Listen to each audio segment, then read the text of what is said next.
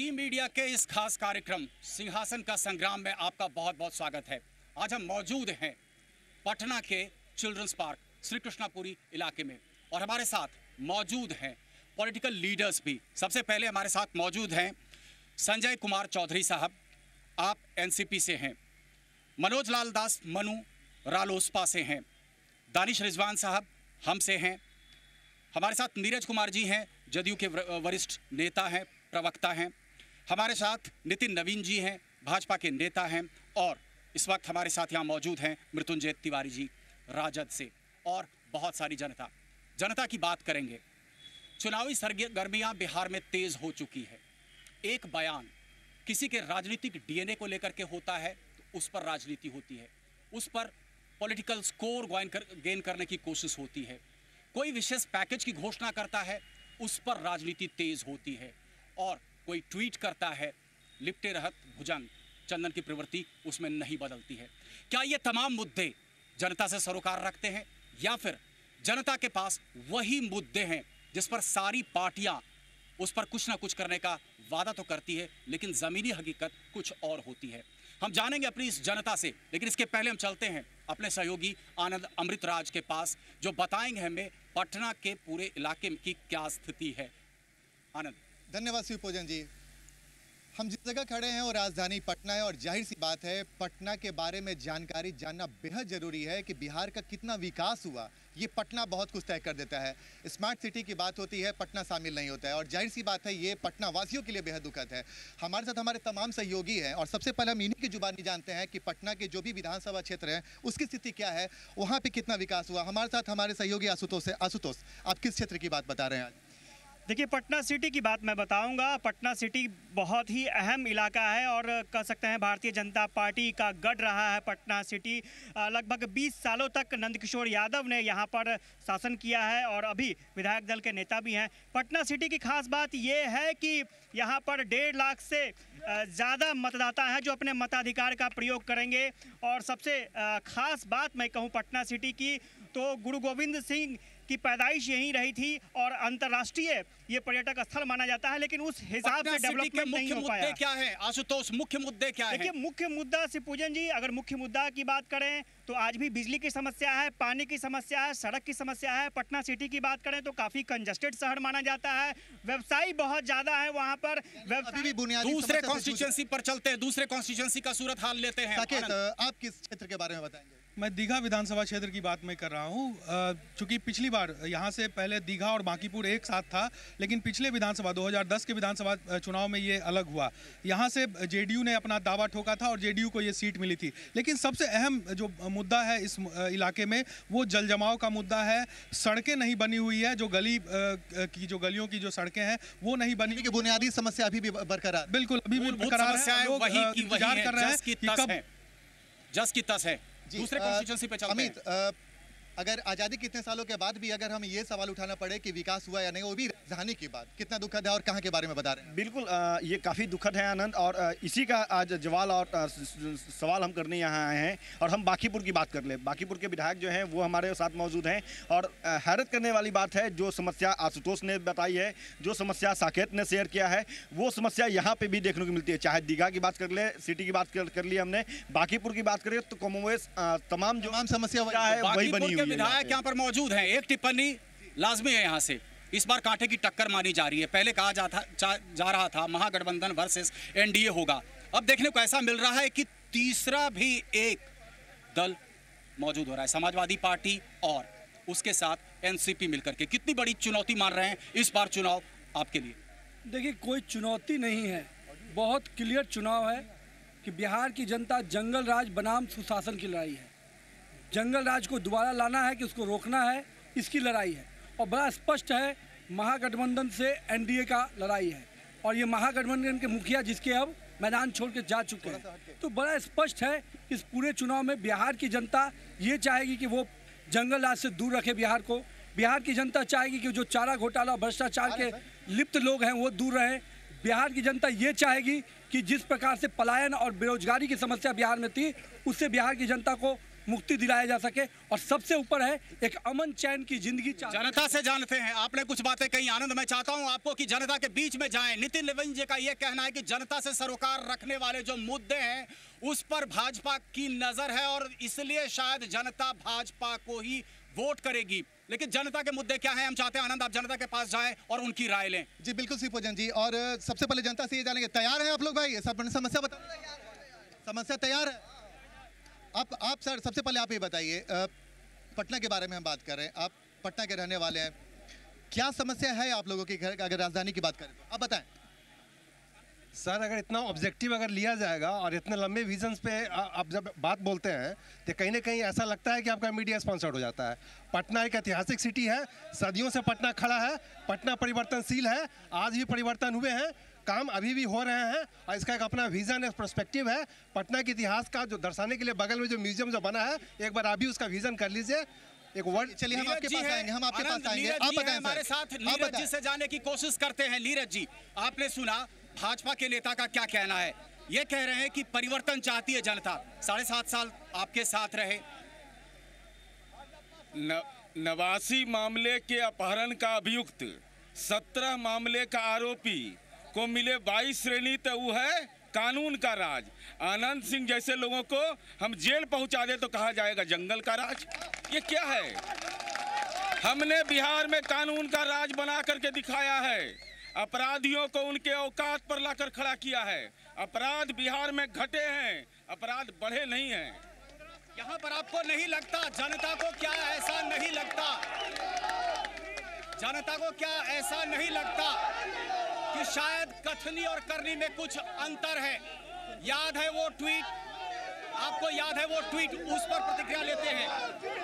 चंदन विश्व व्यापत नहीं लिपटे रहत भुजंग, ये क्या था? विरोधाभास है। हम तो कह रहे हैं कि विरोधाभास हमें था, लेकिन लालू प्रसाद जी ने नीतीश कुमार के कानून के राज और सुशासन को स्वीकार किया है। लेकिन लोजपा पार्टी में सजा याफ्ता की जमात है, तू बनाएगा कानून का राज। लोजपा के हैं प्रतिनिधि, टिप्पणी देना चाहेंगे? लोजपा के नहीं है प्रतिनिधि, रालोसपा देना चाहेंगी, हम इस पर टिप्पणी देना चाहेंगे। देखिए, सबसे महत्वपूर्ण बात यह है जिस तरीके से उन्होंने कहा कि हमने सजा दिलाया। लालू प्रसाद यादव जी ने खुले मन से कहा कि नीतीश कुमार को मैंने कहा कि आनंद सिंह को जेल भेजो। मतलब साफ है कि 9 साल तक, 10 साल तक नीतीश कुमार ने खुलेआम उसको पोस्ट कर रखा, आनंद सिंह को अपने राज में पोस्ट कर रखा। सड़कों पर गुंडागर्दी हुई, जमीन लूट ली गई, मुसलमानों की जमीन लूटी गई। उस कार्यकाल में भाजपा भी तो साथ थी, भाजपा ने विरोध क्यों नहीं किया था? भाजपा ने विरोध किया, मुख्यमंत्री तो नीतीश कुमार थे ना, गृह विभाग उनके हाथ में था, वो अपने हिसाब से सरकार चला रहे थे। लालू प्रसाद यादव जी का बिहार में सरकार चल रहा है, कानून का राज्य की बात, जो लॉ एंड ऑर्डर की बातचीत होती है, बिहार में लॉ तो सरकार का चल रहा है, लेकिन ऑर्डर जंगल राज के अभियुक्त, चारा घोटाले के अभियुक्त लालू प्रसाद यादव का चलता है। और लालू प्रसाद यादव ने खुले मन से कहा है कि हमने ऑर्डर दिया। अब जनता के पास जाते हैं, आवाज की थोड़ी सी दिक्कत हो रही है, माफ करेंगे, लेकिन जनता के पास हम जाना चाहते हैं। आनंद, क्या आप जनता से पूछेंगे लालू जी का और नीतीश का साथ आना जनता के लिए कोई मायने रखता है, या जनता को विश्वास है कि ये जो दोस्ती है ये कुछ करेगी बिहार के लिए? देखिए निश्चित तौर पे शिवपूजन जी, और हमारे साथ सीधे जनता है, हम सीधे उन्हीं से जाने की कोशिश करते हैं। अच्छा, अब खड़ा हो जाइए, आप ही बताइए, विकास का मुद्दा रहेगा इस बार? हम बात इस बार 100% बीजेपी की सरकार बनेगी बिहार में, और मैं सुशील मोदी को मुख्यमंत्री बनाना। चलिए ठीक है, आप बताइए। मैं पूछना चाहता हूं बीजेपी से, जो केंद्र सरकार में वादे किया अभी तक पूरा नहीं कर पाए, तो हम बिहार में उनको वोट क्यों दें? ये हम पूछना चाहते हैं जी। महाराष्ट्र में बिहारी को गाली देते हैं, यहाँ पर दूगो गुजराती वोट मांगने आया है। सबक सिखा देंगे जनता का चुनाव में सब। या किसी के खिलाफ नारेबाजी ना करें, आप अपने मुद्दे रखें, महत्वपूर्ण जो मुद्दे हैं। चलिए मैं पूछता हूं, आपके लिए मुद्दे क्या है? मैं आपको लगता है ये विशेष राज्य का दर्जा या डीएनए पे जिस तरीके से प्रतिक्रिया दी जा रही है, या फिर जिस तरीके से जंगल राज की चर्चा की जा रही है, ये मुद्दे मायने रखते हैं? या सड़क, विकास, बिजली, जिस तरीके से जल जमाव है, इरिगेशन की व्यवस्था नहीं हुई है, ये मुद्दे हैं आपके लिए अहम? नहीं, मुद्दे तो हम लोग को विकास चाहिए, विकास का ही मुद्दा है। बिजली का व्यवस्था हो, रोड का व्यवस्था हो, सड़क का हो, सुरक्षा का हो। अभी कचरा दुनिया भर के हर जगह अंबार लगा हुआ है, उसका व्यवस्था हो। जनता और क्या चाहती है? जनता चाहती है कि हम सुख संपत्ति और शांति से सोएं, चैन से रहें। आपको लग रहा है जो शासन काल हाल के दिनों में रहा, 10 साल का ही अगर हम चर्चा करें, इसमें भाजपा भी रही सरकार में, आपको लगता है कि क्या सरकार की भूमिका ऐसी थी कि जनता खुश रहती? नहीं, सरकार की भूमिका में जनता खुश है, ऐसा नहीं है कि जनता में कोई तरह का चाहते हैं कि इसमें इजाफा हो। अब स्मार्ट सिटीज बनाने की बात हो रही है, स्मार्ट सिटीज बनाने की बात हो रही है। नीरज जी, कैसे बनेगा स्मार्ट सिटी? पटना, यहाँ से महज आप 10 कदम बाहर निकले, नाक बंद करके चलना पड़ता है, सड़कें बदहाल है। क्या है इसमें मास्टर प्लान, क्या है? आप विजन डॉक्यूमेंट निकालते हैं, विजन @2025। बिल्कुल बिल्कुल, स्मार्ट सिटी बनेगा 100 करोड़ में, और केवल पटना नगर निगम का बजट है 465 करोड़ का। तब नागरिक सुविधाएं चुनौती है। इस 100 करोड़ में स्मार्ट सिटी बन जाएगा, ये कौन अर्थशास्त्र है? मोदी लग रहा है वो स्मार्ट सिटी भी जिस तरीके से आप लोग कह रहे हैं कि ये स्पेशल पैकेज दिया गया, वो स्पेशल पैकेज की तरह ही स्मार्ट सिटी का भी फॉर्मूला कुछ छलावा है। अरे कौन पैकेज? काला है, पीला है, हरा है, कैसा कागज है? राजद की एक प्रतिक्रिया लेते हैं मृत्युंजय जी, आपको क्या लग रहा है? स्मार्ट सिटी बनाने का कॉन्सेप्ट एक दिया जा रहा है, लेकिन पटना में जल जमाव की स्थिति, सड़कें टूटी हुई हैं, जबरदस्त ट्रैफिक जाम होता है, जनता त्रस्त है। कैसे बनेगा पटना स्मार्ट? पटना में पिछले बहुत दिनों से, सालों से भारतीय जनता पार्टी के जनप्रतिनिधि रहे, विधायक रहे, इसके बावजूद जनता त्रस्त है समस्याओं से। और जिन बातों को लेकर के भारतीय जनता पार्टी के लोग कह रहे हैं, अब इनके पास कोई मुद्दा नहीं है जनता के पास जाने के लिए, जनता इनको खारिज कर चुकी है। और जो हश्र इनका दिल्ली में हुआ है, और जो नरेंद्र मोदी जी ने कहा था कि जो दिल्ली का मूड है वही देश का मूड है, अब बिहार में इनकी घर वापसी होगी और ये फिर नागपुर जाएंगे। क्या लग रहा है आपको? देखा आपने, सुना, घर वापसी होगी बिहार में और ये वापस नागपुर जाएंगे। सबसे बड़ी बात है कि जिस सरकार के मुखिया को अपराध और भ्रष्टाचार नहीं दिखता हो लालू के शरण में जाने के बाद, तो वो व्यक्ति क्या विषय पर चर्चा करेगा? और जहाँ तक अभी इन्होंने कहा कि हम वापस जाएंगे, किसको वापस भेजेंगे, कौन जेल में फिर जाएगा और कौन फिर अपने मित्र के कारण वो भी जेल में जाएगा। ये चारा घोटाला से लेकर अलकतरा घोटाला करने वाले ये बातें तो हो गई, ये बातें तो हो गई। अब इनका ये कहना है कि समाजवादी थे, एक ही विचारधारा के थे, एक साथ एक मंच पे आए हैं, इस वजह से भाजपा थोड़ी सी घबराई हुई है। भाजपा नहीं घबराई है, भाजपा चाह रही है कि इस बार एक बार में समेट देंगे। भाजपा इस बार एक बार समेटने के मूड में है और भाजपा को पूरी तरह से मालूम है। चलिए जनता से पूछते हैं, भाजपा का कहना है कि इस बार एक बार में समेट देंगे, लेकिन बहुत सारे कांधों की जरूरत हो रही है। हम के सहायता की जरूरत है, लोजपा के सहायता की जरूरत है, रालोसपा के सहायता की जरूरत है। और हमने सुना है जिस तरीके से अखबारों की सुर्खियां हैं, ये ओवैसी भी शायद कहीं ना कहीं किसी न किसी तरीके से वोट पोलराइजेशन के लिए आ रहे हैं। आप कुछ कहना चाहते हैं? अगर ये एक ही विचारधारा से थे तो पिछले 15 वर्षों से एक दूसरे को गाली गलौज क्यों कर रहे थे? पहला प्रश्न। दूसरा प्रश्न, इनके महागठबंधन के महानेता जो पूरे बिहार के समधी बना दिए गए, इनको छोड़ के चले गए। तीसरा प्रश्न, अनंत सिंह इतने ही बड़े अपराधी थे तो 10 साल से क्यों उनको साथ गलबैया डाल रहे हैं? तीन प्रश्न जनता की तरफ से अनंत सिंह को लेकर के। आपने शायद प्रश्न सुन लिया, प्रश्न को दोहराऊं क्या? हम सुने नहीं है, बोलिए।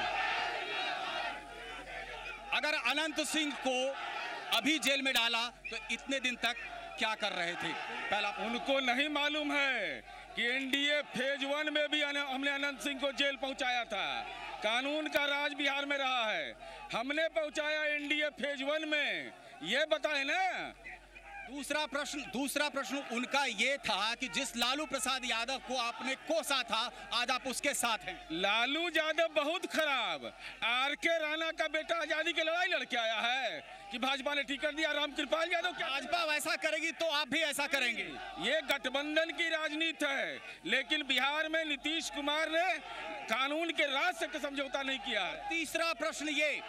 तीसरा प्रश्न जनता की तरफ से आया है, उस पर निश्चित रूप में हम चाहेंगे कि आप जवाब दें।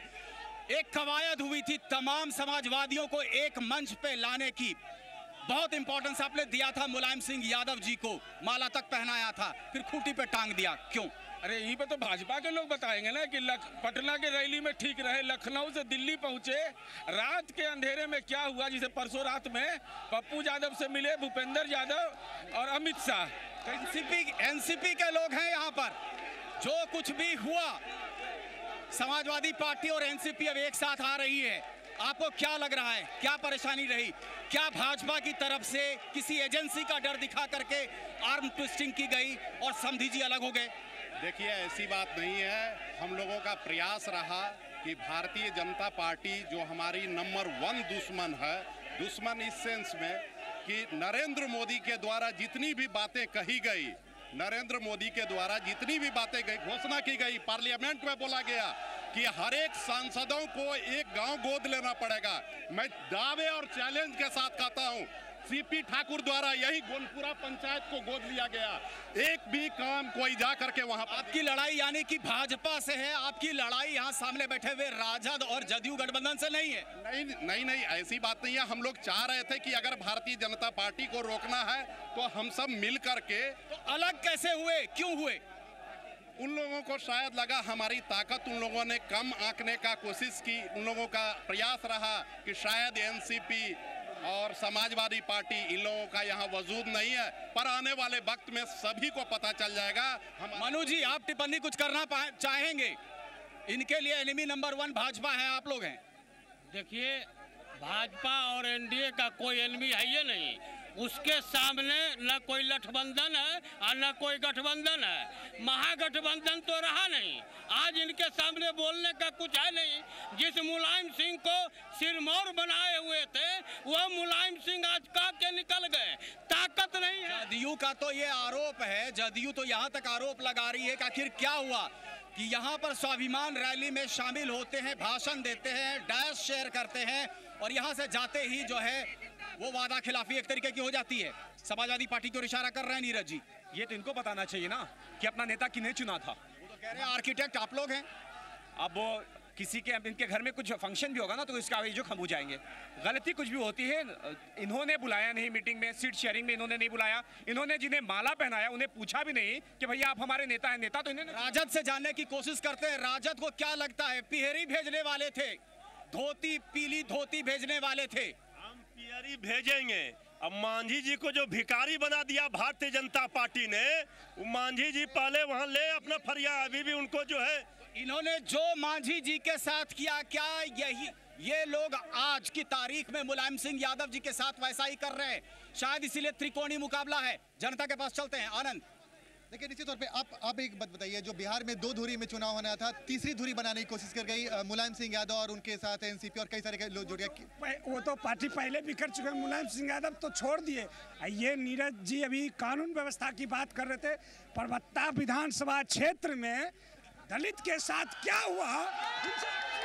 इधर इस तरफ से नहीं, मेरा सवाल चूंकि बिहार में मेरे शांति कृपया बनाए, ये मेरा सवाल जो है सरकार से, क्योंकि 10 साल से शासन नीतीश कुमार से है, तो ये मेरा सरकार से चूंकि नेशनल सवाल भी देना, सीधे सवाल। तो मैं ये पूछ रहा हूँ कि 10 साल में आपने कौन कौन सा विकास किया? 10 साल में कौन कौन सा विकास पूछे? जी निश्चित आपके पास आते हैं। बांकीपुर विधानसभा से मैं नवीन जी से मैं पूछना चाहता हूँ, एक छत्र राज इनका 25 वर्षों से चला रहा है और बांकीपुर में जो पानी के, नली के, गली के, बिजली के और लाइट के जो व्यवस्था जैसे कि अधूरा पड़ा हुआ है, गरीब जनता यहाँ पानी के लिए तरस रहा है। सड़ा हुआ पानी पीने पर मजबूर हो रहा है।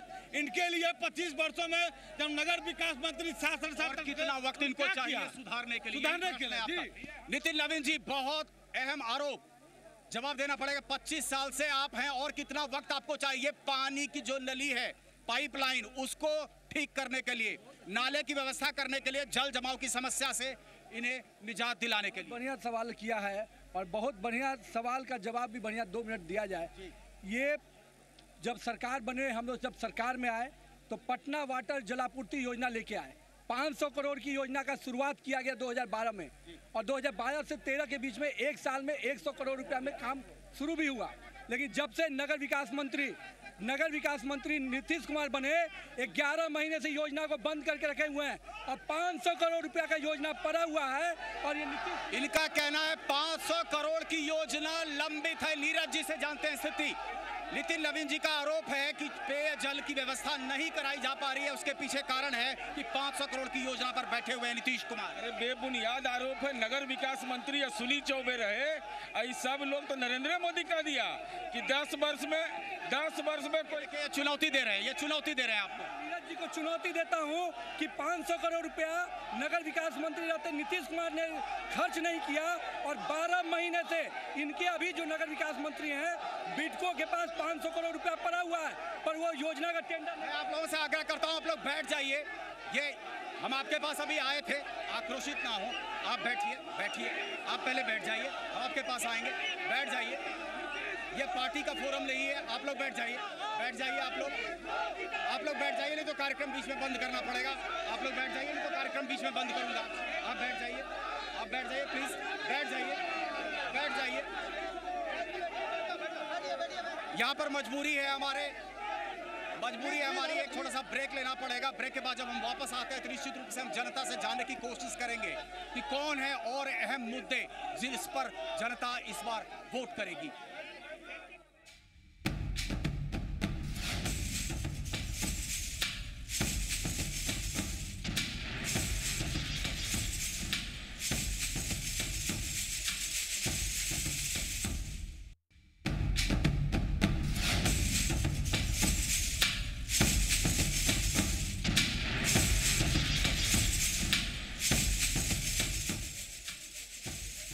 ब्रेक के बाद आपका इस खास कार्यक्रम जी मीडिया के इस खास कार्यक्रम सिंहासन के संग्राम में बहुत बहुत स्वागत है। हमारे साथ इस वक्त जुड़ गए रंजीत मिश्रा जी भी कांग्रेस से, बहुत बहुत स्वागत करते हैं हम आपका इस खास कार्यक्रम में। कांग्रेस कहीं ना कहीं बिहार में खास तौर से एक मार्जिनलाइज पार्टी की रूप में हो गई है। आपको लग रहा है एक नई संजीवनी मिली है, 2 बैसाखी जो मिल गए? देखिए, कांग्रेस कभी भी समाप्त नहीं हो सकती, कमज़ोर नहीं हो सकती, और जो बिहार की डेमोग्राफी है उस बिहार की डेमोग्राफी में कांग्रेस हमेशा महत्वपूर्ण है और आगे भी महत्वपूर्ण रहेगी। देखते हैं, जनता से सवाल लेते हैं। आनंद अमृतराज, एक महत्वपूर्ण सवाल यह है जो आरोप खास तौर से भाजपा लगा रही है, समाजवादी पार्टी लगा रही है और कुछ हद तक एनसीपी भी लगा रही है कि समाजवादियों को एक मंच पे आना था, लेकिन चूंकि नीतीश कुमार और लालू प्रसाद यादव कांग्रेस के साथ मिल गए इसलिए मुलायम सिंह यादव इनके साथ नहीं हुए। जनता को क्या लगता है? जनता से पूछे ये सवाल। देखिए सीधे शिवपूजन जी, हम जनता के पास ही जाते हैं और उनसे ही जानने की कोशिश करते हैं। जी अब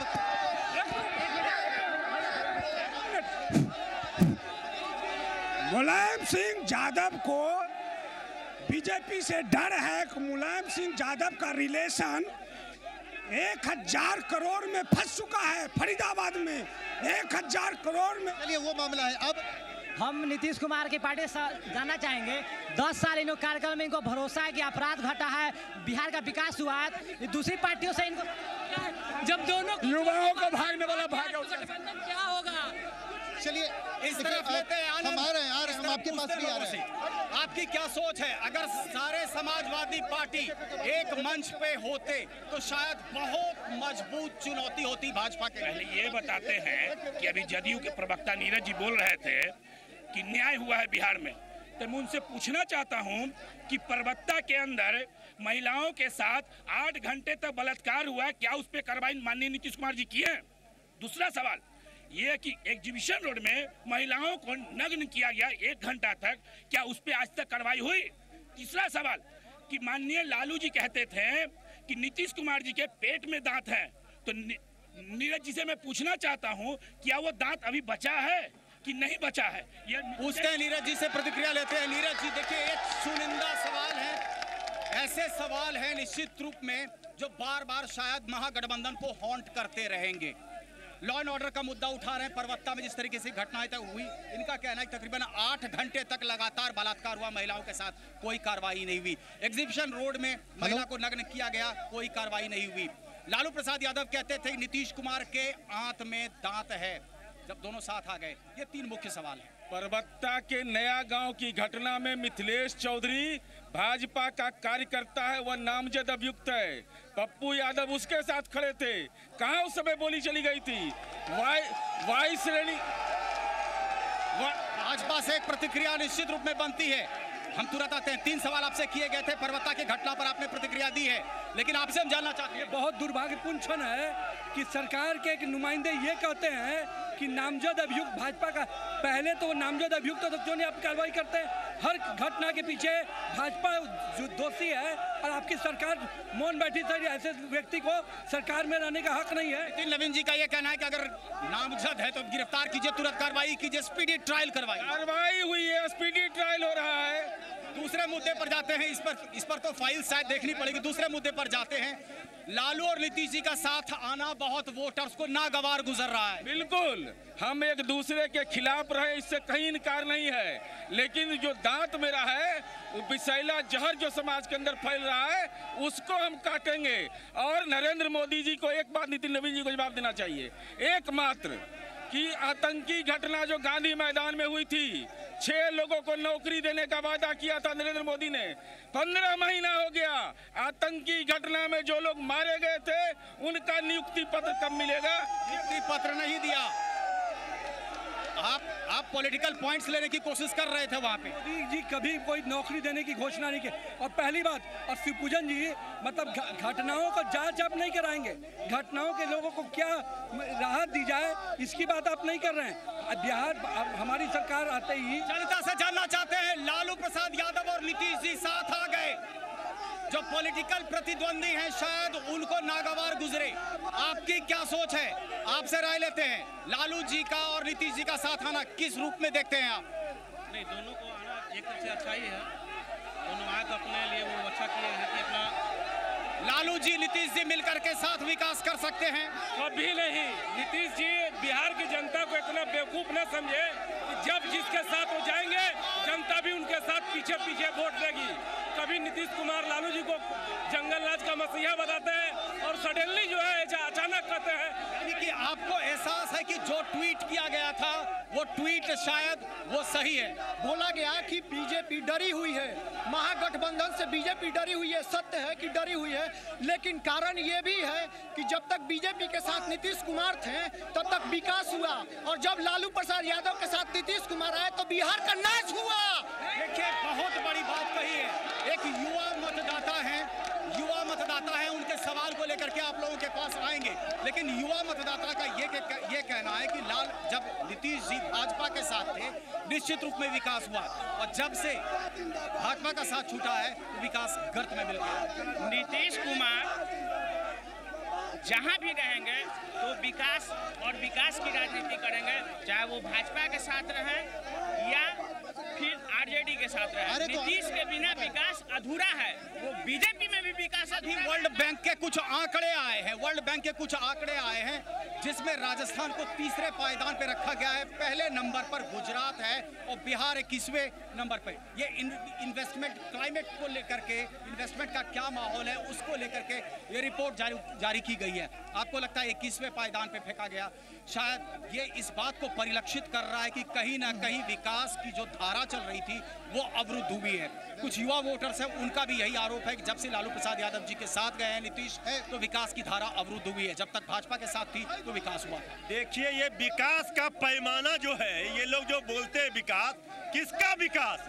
लालू प्रसाद जी, नीतीश कुमार उन समाज के अंतिम पंक्ति में बैठे हुए व्यक्ति का विकास चाहते हैं, अडानी अंबानी का विकास नहीं।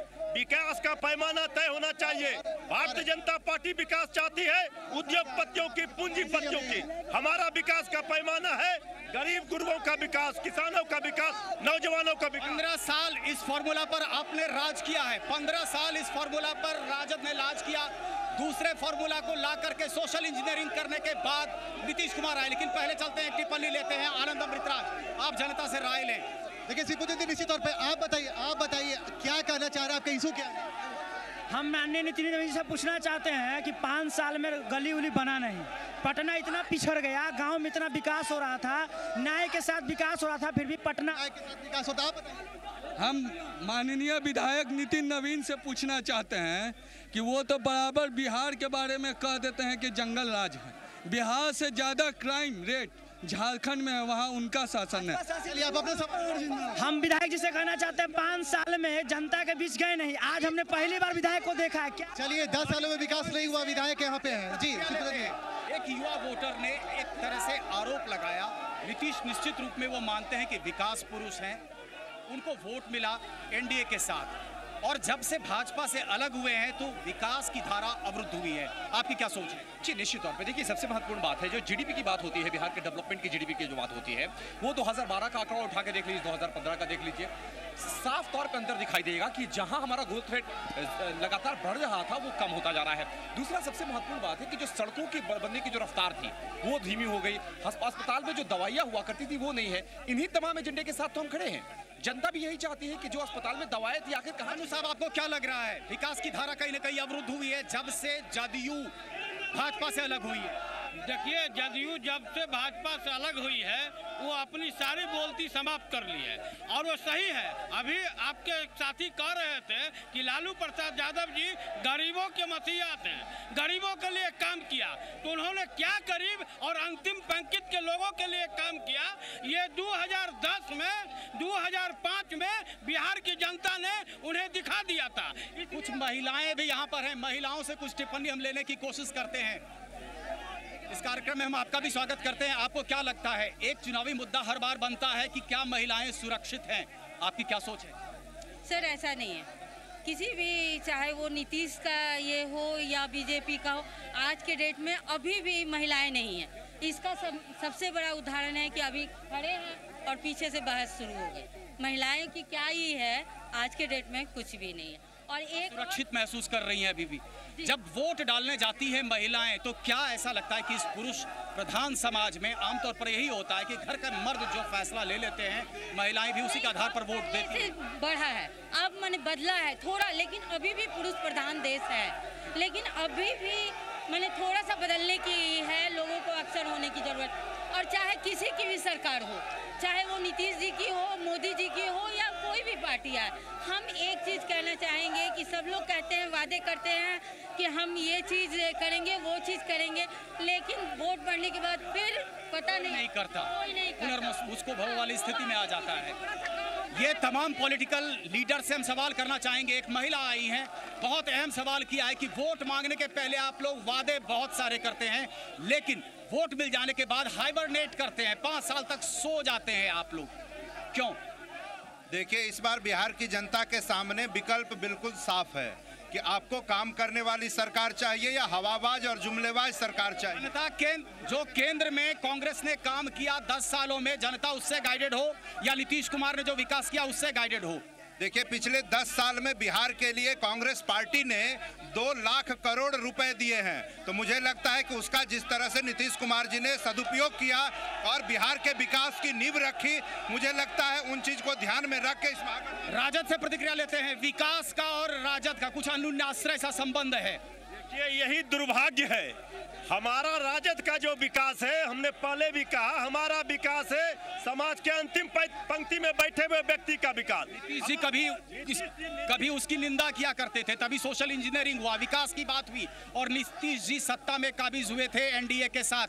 आपको क्या लग रहा है, कितनी बड़ी चुनौती है इस बार? देखिए, इस बार चुनौती स्पष्ट है। मैं शुरू में भी कहा कि नीतीश कुमार के रूप में जिस प्रकार से हम लोगों ने उस व्यक्ति को बिहार में विकास के लिए लाया था, उस व्यक्ति ने कुर्सी की खातिर केवल जंगल राज को लाने का काम किया। अब बिहार की जनता विचित्र विडंबना है, भाजपा के ही लोग कभी कहा करते थे नीतीश विकास पुरुष हैं, यहाँ तक कि सुशील मोदी जी ने कहा था कि पीएम मटेरियल है। अरे हम तो कह रहे हैं कि हमारा दुल्हा है नीतीश कुमार, एनडीए बतावे दुल्हा कौन है बिहार का मुख्यमंत्री का उम्मीदवार? हमारी मजबूरी है एक छोटे से ब्रेक की। ब्रेक के बाद जब हम वापस आते हैं, निश्चित रूप से हम चर्चा करना चाहेंगे, जनता की राय लेंगे कि क्या ओवैसी फैक्टर थोपा गया फैक्टर है, क्या ये फैक्टर बिहार की राजनीति में कुछ भूचाल लाएगा और क्या होंगे जनता के अन्य मुद्दे इस बार वोट पड़ने हैं। फिलहाल लेते हैं छोटा सा ब्रेक।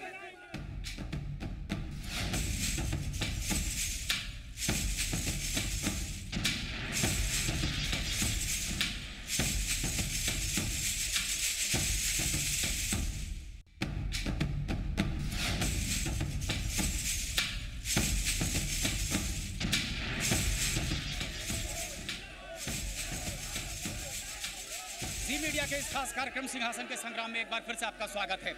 हम फिलहाल मौजूद हैं पटना में, यहाँ पर ले रहे हैं जनता की राय। बहुत भारी संख्या में लोग यहाँ पर एकत्रित हैं, अपनी अपनी राय दे रहे हैं। कुछ युवा भी हमारे पास हैं। आनंद, हम चाहते हैं युवाओं की राय लें, उनके लिए मुद्दे इस बार कौन से होंगे, महत्वपूर्ण मुद्दे क्या होंगे? जी शिवभूषण जी, आप बताइए क्या आखिर आपका कौन सा इशू है, क्या बोलना चाहिए? बिल्कुल बोलना चाहते हैं कि 15 साल दिलीप सिंह, 8 साल अनंत सिंह साथ में थे, गिलबिगैया कर रहे थे, तो विकास कहाँ हो रहा था? एक और सवाल, 35 साल कांग्रेस, 15 साल लालू यादव और 10 साल नीतीश कुमार, 60 साल में विकास नहीं होता है। अब हम दोनों महागठबंधन के मुखिया से सवाल करना चाहते हैं। हर जगह पोस्टर में लिखती है कि बढ़ेगा युवा, बढ़ेगा बिहार, रोजगार कहाँ पे है बताइए? तो क्या सिर्फ परिवार के 4 युवा से बिहार बढ़ जाएगा? आप देख सकते हैं एक तरफ मोदी सर, पहली प्राथमिकता की बात की जाए तो नरेंद्र मोदी के जीवन में नहीं, शायद अंदाजा लगाया जा सकता है कि इस बार मुकाबला काफी टक्कर का होना है, लेकिन फैक्टर सिर्फ नरेंद्र मोदी या नीतीश कुमार बनाम नीतीश कुमार नहीं है, फैक्टर्स और भी बहुत सारे उभरे हैं। उदाहरण के तौर पर एनसीपी और समाजवादी पार्टी, कितना बड़ा फैक्टर आप मानते हैं एनसीपी और समाजवादी पार्टी पप्पू यादव को भी शायद साथ में ला रहे हैं? बिल्कुल हम लोग चाह रहे हैं, हम लोगों का प्रयास रहा है कि पप्पू यादव भी हमारी तरफ आए, लेकिन उसके पहले भारतीय जनता पार्टी के प्रति जो उनकी आसक्ति और उनका झुकाव है उसको कम करना होगा। उसको आपको लगता है कि जनता को आप बरगला पाएंगे, सिर्फ आप वोट कटुआ पार्टी की भूमिका में हैं और कहीं न कहीं भाजपा को मदद पहुंचाने के लिए हैं, ये जनता का आरोप है आप पर? ऐसा है, बरगलाने का काम हम नहीं करते हैं। दिल्ली में बैठे जो अभी प्रधानमंत्री नरेंद्र मोदी जी हैं, बरगलाने का काम, युवाओं को बरगलाने का काम, जनता को। एक धारणा सी बनती चली जा रही है नीरज जी, धारणा ये बन रही है नीरज जी कि समाजवादी पार्टी, एनसीपी, पप्पू यादव या ओवैसी, ये तमाम फैक्टर्स कहीं ना कहीं भाजपा को मदद पहुंचाएंगे। आपकी क्या सोच है? निर्मला सीतारमण भारत सरकार के मंत्री ने कह दिया कि ओवैसी से हमारी मदद मिलेगी। ये तो अघोषित खेल है, बिना कोई गठबंधन के आकार लिए अनडिसाइडेड एलाई है भाजपा का। ये तो भाजपा की नेत्री ने कह दिया, भारत सरकार के मंत्री ने कह दिया। आपके हिसाब से लग रहा है कि भाजपा कहीं ना कहीं घबराई हुई, तभी इतने सारे फैक्टर्स को मैदान में उतारने की कोशिश कर रही है। पप्पू यादव आपके पक्ष में कर रहे हैं, जीतन राम मांझी जी भी आपके पाले में ही आ चुके, ओवैसी एक फैक्टर जो कहीं ना कहीं वोट पोलराइजेशन में जबरदस्त भूमिका निभाएंगे, चाहे 25 सीटों पर ही सही। जैसे तत्व को नीतीश कुमार को और लालू यादव को मुबारक हो, भाजपा को जरूरत नहीं है। और भारतीय जनता पार्टी स्पष्ट रूप से बिहार को बचाने की लड़ाई लड़ रही है। परिवर्तन की बात, जिस प्रकार से लालू के कुशासन को बिहार ने देखा है, जिस प्रकार से नीतीश कुमार के विश्वासघात, यहाँ की जनता ये तो जानती है कि कहीं ना कहीं ये जो चुनाव है नीतीश कुमार बनाम नरेंद्र मोदी हो गया है। आपके स्टार प्रचारक एकमात्र नरेंद्र मोदी हैं। आप चुनावी मैदान में आपका कोई सीएम कैंडिडेट है नहीं। जरूरत नहीं है, भारतीय जनता पार्टी के पास गैलेक्सी ऑफ लीडरशिप है और इस बार लड़ाई बिहार को बचाने के लिए है, नीतीश कुमार को मुख्यमंत्री बनाने के लिए नहीं है। बिहार को बचाना है और सुशासन लाना है। अब नीतीश कोई विषय नहीं रह गए, लालू के कंधे पर सवार जो नीतीश कुमार है, अब बिहार की जनता उनको नहीं देख रही है, बिहार की जनता जंगल राज को देख रही है। बिहार की जनता जंगल राज को देख रही है। जंगल राज शायद बूमरैंग कर सकता है नीतीश कुमार के लिए और लालू प्रसाद यादव के लिए। अब तो सीटों के बंटवारे को लेकर के घर में ही ठन गई है। पता चला है कि शरद यादव जी जो है बीच मीटिंग से ही निकल के चले गए। देखिए, यहाँ बिहार का जो महासंग्राम है, ये देश और दुनिया की नजर है और यहाँ मुकाबला बिल्कुल साफ है। बिहार की जनता परिवार के साथ है। बिहार की जनता परिवार के साथ है, ये कहना है राजद के नेताओं का। आपकी क्या सोच है? सीट के बंटवारे को लेकर के सिर्फ उटोवल दोनों तरफ मची हुई थी। अभी हमने देखा कि शरद यादव जी मीटिंग को छोड़ करके चले गए दिल्ली। बताया ये जा रहा है सूत्रों के हवाले से कि उनके 3 कैंडिडेट्स को टिकट नहीं मिला, इसलिए शरद यादव जी मीटिंग छोड़ करके चले गए। क्या कुछ हो रहा है राजनीति में, आपकी क्या सोच है? यह सब पार्टी का आपसी मामला है, लेकिन मैं 2 सवाल करना चाहता हूं नितिन जी से कि बराबर ये कहते रहे हैं कि लालू यादव से नीतीश कुमार मिलने पर जंगल राज आ जाएगा। मैं उनसे पूछना चाहता हूं कि अटल जी के सरकार को 1 वोट से रामविलास पासवान ने गिराया था, वह धोखेबाजों को आपने क्यों मिलाया? और बहुत बड़ा सवाल क्या है नितिन जी? आपका सवाल समझ लिया मैंने। मैं जानना चाहता हूं नितिन नवीन जी, एक आरोप लगा है कि 1 वोट के चक्कर में रामविलास पासवान जी ने अटल बिहारी वाजपेयी की सरकार गिरा दी थी। आज वही रामविलास पासवान को कहीं ना कहीं आपने घुटनों पे ला दिया है, आपको मदद पहुंचा रहे हैं। कैसे जस्टिफाई करेंगे इस रिलेशनशिप को? स्पष्ट है कि बिहार में जिस प्रकार से जो शासन चल रहा था, उस शासन को परिवर्तन करने के लिए, भारत में जिस प्रकार से भ्रष्टाचार का शासन चला था, उसको परिवर्तन करने के लिए जब लड़ाई चली, रामविलास अगर साथ देने आए हैं तो हम उनका स्वागत किए। लेकिन ये लड़ाई बिहार में और देश में भ्रष्टाचार को समाप्त करने के लिए। आपको लगता है यानी कि जो सेक्युलर मुद्दे पर रामविलास पासवान ने सरकार को गिराया था, आज वो मुद्दा जो है धूमिल हो चुका है, खत्म हो चुका है उनके लिए? स्पष्ट कर दिया था कि इस समय देश को बचाने के लिए हम प्रधानमंत्री नरेंद्र मोदी का उस समय साथ देने आए हैं, और आज बिहार को बचाने के लिए हम आज फिर से भाजपा के साथ में आए हैं, और पूरी तरह से बिहार को बचाने के लिए। राजनीति तो जुमलेबाजी का खेल है, अलग अलग जुमले गढ़ दिए जाते हैं कभी किसी के साथ, लेकिन सिद्धांत की सबसे बड़ा भ्रष्टाचार व्यापम घोटाला, पंकजा मुंडे घोटाला, चावल घोटाला, ये इनको नहीं दिखता है। 2G 3G इनको नहीं दिखा। बिहार में चारा घोटाला और अलकतरा घोटाला करने वाले आज बात क्यों नहीं चलेगा? बिहार जो जेल के अंदर था, जो व्यक्ति अपने परिवार को ला रहा है। हम की प्रतिक्रिया लेते हैं, हम की क्या सोच है? 2G 3G नहीं दिखता, लेकिन व्यापम दिख रहा है। देखिए, जो आदमी चारा घोटाले के आरोपी के सहारे अपनी सरकार को चला रहा हो, जो भ्रष्टाचार की जननी, नीतीश जी हमेशा कहते आए हैं कि कांग्रेस भ्रष्टाचार की जननी है, भ्रष्टाचार की गंगोत्री में डुबकी लगा रहा हो, वो आदमी अगर भ्रष्टाचार और घोटाले की बात करे, ये शर्मनाक लगता है। आपको हास्यास्पद लगता है? नीरज जी, आपकी क्या सोच है? अलग अलग बयानों को आपने सुना, कोई कह रहा है कि चारा घोटाला, कोई कह रहा है व्यापम घोटाला। घोटाले के मुद्दे पर जनता वोट करती है क्या? कम से कम नीतीश जी को ऐसा प्रतीत हो रहा है कि स्वच्छ छवि के व्यक्ति हैं। ये बिहार पहला राज्य देश के अंदर कोई दागी मंत्री परिषद में नहीं स्थान पाया। हमने भ्रष्टाचारियों की संपत्ति जब्त करने का हमारा रिकॉर्ड है, और येदियुरप्पा आजादी की लड़ाई लड़ रहे थे क्या? हम चलते हैं आनंद अमृतराज के पास। आनंद, हम जानना चाहते हैं, आप इस तरह की तरफ की जनता से पूछिए, क्या भ्रष्टाचार इनके लिए एक मुद्दा होगा? हम पहले इस तरह जानते हैं, आपको लग रहा है भ्रष्टाचार मुद्दा होगा, इस चुनावी मुद्दा होगा भ्रष्टाचार तो मुद्दा होगा ही, लेकिन सबसे पहला बात है कि हम पूछना चाह रहे हैं, जो विकास का नारा लेके आ रहे हैं, पैकेज लेके आ रहे हैं, उनसे पूछना, पिछले 25 साल से उन्होंने बांकीपुर विधानसभा के वो विधायक रह चुके हैं, 10 साल तक स्वर्गीय उनके पिताजी रह चुके हैं, आज वो 15 साल से कर रहे हैं, और आज भी लोग, आनंदपुरी के लोग नाला का पानी पीने के लिए, नाला का पानी पी रहे हैं, यानी कि विकास। वादे सब करते हैं, वादे खोखले साबित होते हैं। आनंद जी, एक दो प्रतिक्रिया, वक्त की कमी है। आज नीतीश जी कहते हैं कि सुशासन है, यही नीतीश कुमार लालू जी को दिया कहते थे कि मैंने जेल भेजा। आज क्या है कि लालू जी के साथ मिले हुए हैं? लालू जी का मिला हुआ है, बताइए। मैं नीरज जी से पूछना चाहता हूँ कि लालू जी के साथ नीतीश जी मिल करके और महादलित और सवर्णों का कितना अध्ययन कराएंगे? ये चर्चा तो यूं ही चलती रहेगी, लेकिन आज सिंहासन का संग्राम हमने पटना से शुरू किया है, और हम उम्मीद करते हैं कि पूरे बिहार में हमारी टीम जाएगी, जनता से राय लेगी, क्या है उनके लिए महत्वपूर्ण मुद्दे, क्या नेता जो वादा करते हैं अपने वादे पर कभी भी वो खरा उतरते हैं। इस कार्यक्रम में बस इतना ही, लेकिन अपने दर्शकों से आग्रह करेंगे कि ताज़ा खबरों के लिए देखते रहिए।